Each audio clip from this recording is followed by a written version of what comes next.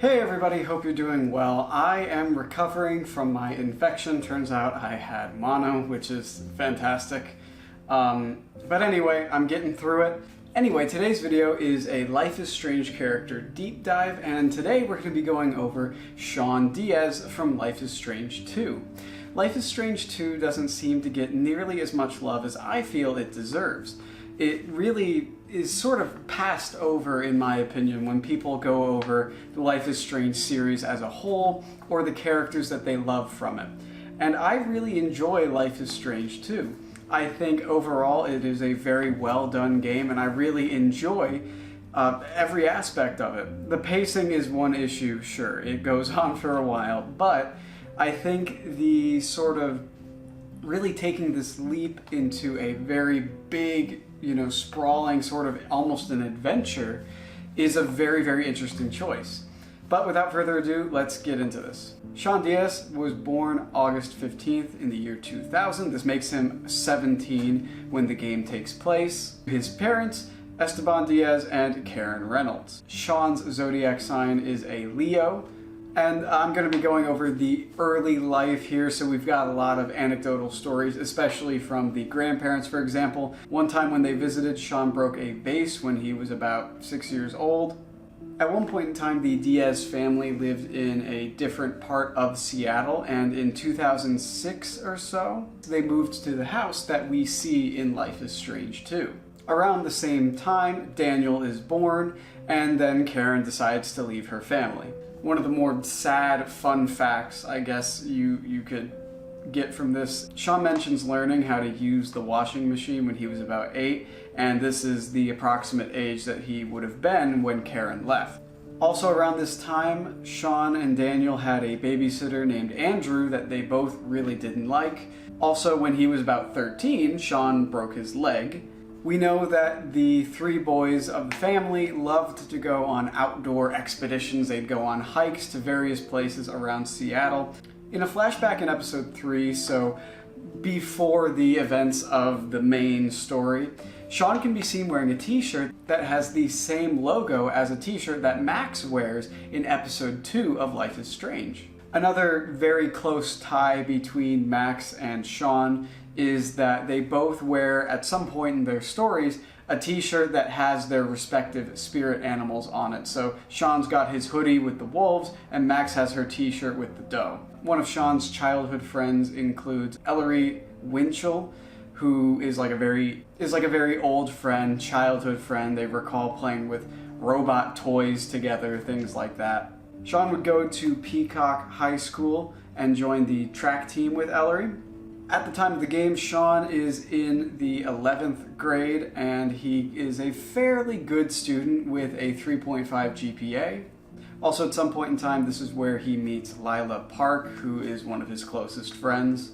Him and Lila would regularly skate, go to parties, things like that, and one of these ended up with his first ever hangover. They also have two mutual friends, Adam Barnes and Eric. And then near the start of his junior year, Sean starts to develop a crush on this girl named Jen Murphy, who he semi-regularly texts with. Real quick, with Sean's sexuality, it's never something, unlike Alex Chen, for example, who is a definitively bisexual character. With Sean, it's a little more up in the air. He's able to enter romantic relationships with a man and a woman, and when asked about his preferences, he can sort of choose between the two. Sean's friends, obviously, once again, include Lila Park, who Lila is a very, very close friend of his, and I know when I first played Life is Strange 2 and I didn't know anything about it, I really thought it was going to be another one of those sort of high school drama things, and Lila was going to have a crush on him, and it was going to be this whole thing, and it was going to be all this stuff going on in his school. Because we, set up this big party, things like that. Now, that is eventually cleverly used as a way to sort of set up how much camping supplies and money that Sean has before he leaves, but either way, that's what I was thinking at first. Lila is a very, very loyal friend from what I can gather. She, in one theory about the In one theory that I've seen floating around is that she is responsible for the riots that we can read about in the newspaper as we travel with Sean and Daniel, and that she is basically at the center of it because she knows that they're innocent. She's very reassuring of Sean and also really tries to help him out with his crush on Jen. She's actually the one who introduced them. She also very early on expresses her worries for, oh, what if we drift apart? What if, that kind of thing. Post high school, what's going to happen?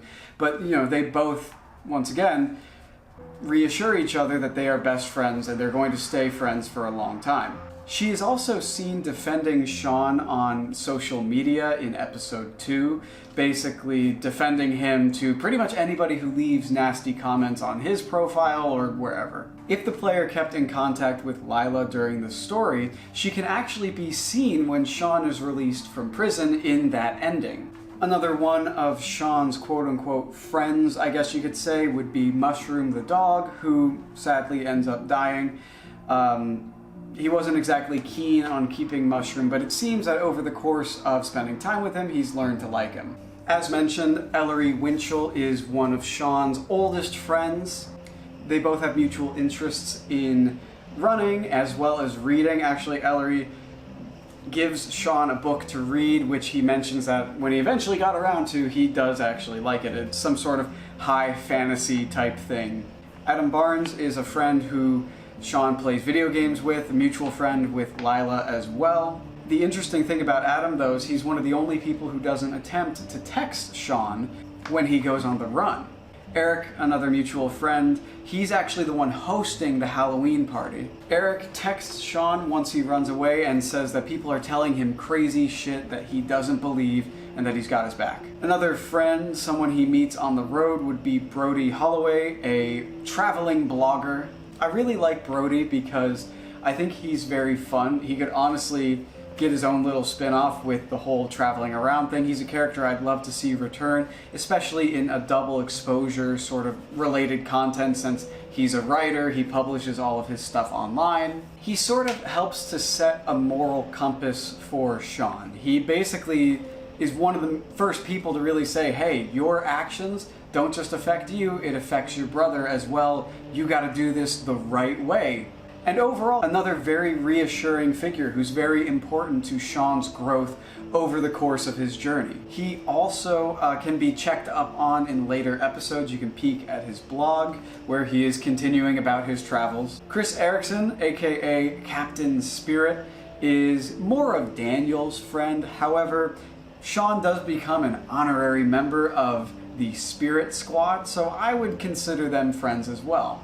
The different names that Sean can get once he joins the Spirit Squad include Silver Runner, El Diaz Loco, or Professor D, and this is up to the player. This is sort of almost a reversal of Brody and Sean, where Sean comes into Chris's life and actually has an opportunity to ask him about his relationship with his father. He can talk to his grandparents about it and sort of sense that there is something going on here that isn't above board.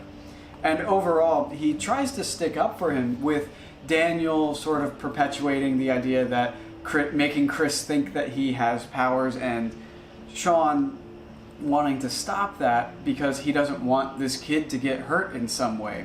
It's one of the first great dilemmas in this game of what do? Do you let this kid think he has his powers, or no, do you shut that down right away? And sort of the question there. Hannah is one of the most interesting members, as when Sean first joins, she really doesn't like him. She doesn't trust him at all. However, it's alluded to that the reason is because of some sort of past trauma, some past issues with a newcomer in the group. And if you, as Sean, work hard, do all the right things, you can actually get her to open up at the going away party, where in the quote-unquote best ending, she can say that he's a good fit and that she almost liked him, which is about the nicest thing you'll get out of Hannah. Jacob is obviously a very integral character to the second half of the story with his connections to the cult. He starts off as sort of a very meek but good friend to Sean. Jacob also confides in Sean about his sexuality, as that's part of the reason he was driven away from his family, aka the cult. Anders and Ingrid really don't interact with Sean too much. It's more so about how they interact with everyone else in the group.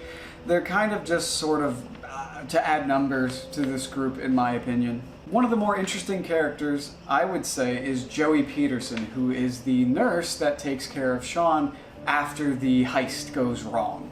Sean mentions that he feels he can trust Joey, and him and Joey have very real conversations. It's not just sugarcoating about the situation or what's going on with his friends or what's going to happen with him and his brother. It's all he's very above board with him about what's going on. But the interesting thing, and one of the things I love about Life is Strange 2, is how you can decide who Sean is going to grow up to be, as well as Daniel, with the option to fully betray Joey in your attempt to escape. You can have very brief interactions with David Mattson when you eventually meet up with Karen again, and I think seeing him again is both interesting, but also, I understand this was written by the original creators of Life is Strange, but so far David is divorced in both timelines, and it's just very interesting to see how he's sort of changed and almost tried to redeem himself in his view. Sean's romantic interests include Jen Murphy, who goes to his high school. Jen once helped Sean with his math homework. Like, they have a clear sort of acquaintance. It's very much a high school. He's into the girl, and maybe the girl doesn't realize, or maybe she does and she's sort of just kind of teasing him along. She isn't exactly the best texter in the world, in my opinion. She does wish him well once he's on the run, but that's really about it. Cassidy is a street musician and also part of the pot farming group. Her romantic side of things is less so a committed relationship kind of thing. It's more so just mutual flirting. Cassidy is one of those sort of free spirit kind of characters who kind of goes where she wants and does what she wants, and she takes a liking to Sean. And while, yeah, it's not necessarily romantic in the traditional sense, I do think what they have is cute. I think their sort of back and forth kind of flirting is well done, if you want to go that route. And the other thing I like is that she isn't locked out when you decide whether or not to do the heist. You can't romance Finn anymore if you disagree with using Daniel for a heist, which I think if that's stopping you from being romantic with somebody, if you're like, hey, I don't think this is a good idea to use my brother, and they're like, well, I'm not interested in you anymore, I think that's kind of a red flag. But speaking of Finn, his sort of relationship with Sean, I would say, is a little more on the romantic side. If Sean was able to stay with the group, they probably would have been officially, quote unquote, dating. They would have been an item. I think Finn's a very well-written character. Once again, I don't like how his romance gets locked out if you don't like his heist plan. I think he's a very sweet guy to Sean. I think Sean even calls him that. He's the sweetest guy he's ever met. And what I like about both of these characters is that you can meet up with them again if Sean escapes to Mexico. There's a photo of him together with them. Sean's quote-unquote enemies list, it feels a little weird to read off an enemies list once again in a series like Life is Strange, where it's not really about oh, my evil enemy. It's kind of just good guys, bad guys, and it's just more of a basic story. But I think number one would be Brett, who is the guy that causes the whole thing. He calls Sean an asshole, he bullies his brother, and this ultimately leads to the encounter with the police and, everything that happens with that. So obviously people like Merle, who is sort of an antagonistic force. You've got Big Joe, who is a henchman that doesn't really take kindly to Sean. You can kind of consider Finn an enemy at one point, because if you want to go the route of Sean being jealous of Finn's sort of friendship that he's creating with his younger brother, you can go that route, disagree with him on the heist, and then there's an option to just straight up say, we're done, basically cutting him off and saying he doesn't want anything to do with him. And then obviously, I don't think I have his name written down, but we also have the guy who literally locks him up because he's suspicious of him. Yeah, we've got some crazy people. Obviously, the weird freelance ICE agents, I don't know what you'd call them, but the people who shoot him and lock him up, it's just, It's ridiculous. I think some of these people are comic book evil, but there are comic bookly evil and racist people out there in the world. So maybe it's not as unrealistic as I'm thinking. Some quick fun facts about Sean. Sean is the first and only, barring if you count Chloe Price, I'm saying of the main line Life is Strange, he's the first and only protagonist who can die depending on your actions as the player. In the other Life is Stranges, Max, Alex, they will always make it out alive by the end of their story, but Sean can die in the end. In episode 5, Sean makes a reference to the game Night in the Woods, which obviously one of my all-time favorites. I've made videos about it. And the two brothers, there's a drawing in his notebook that can be seen saying crimes, crimes, which is a reference to May and Greg from Night in the Woods. Sean's middle name is Eduardo, which may be a reference to the lead artist Edouard Kaplan. Another gaming reference that he can make is to the Last of Us series, as well as Minecraft at one point. And then let's talk endings. Obviously, there's a few different endings with him. I'm gonna just list my favorite. I think the ending where he goes to Mexico, but Daniel stays in the States with his grandparents. I think that's probably the best ending you're gonna get, just for both of them individually about what they need. Because I feel the other endings, Blood Brothers, as well as the one where Sean ends up in jail, is an example of how the story, in my opinion, is about how, like, yeah, they need each other, but there is a time to part ways, where they're their own individual people, and staying together, like in Blood Brothers, for example, really only leads to bad stuff. You know, it leads them to this criminal, sort of darker path. But that is our little deep dive into Sean. Because he's not really at school the whole time or in one location, it's a little harder to find all the weird little details that I would be able to with Max or Chloe, but I still hope you guys enjoyed the video very much. I appreciate every single one of you, and I hope you have a good morning or evening or, whatever.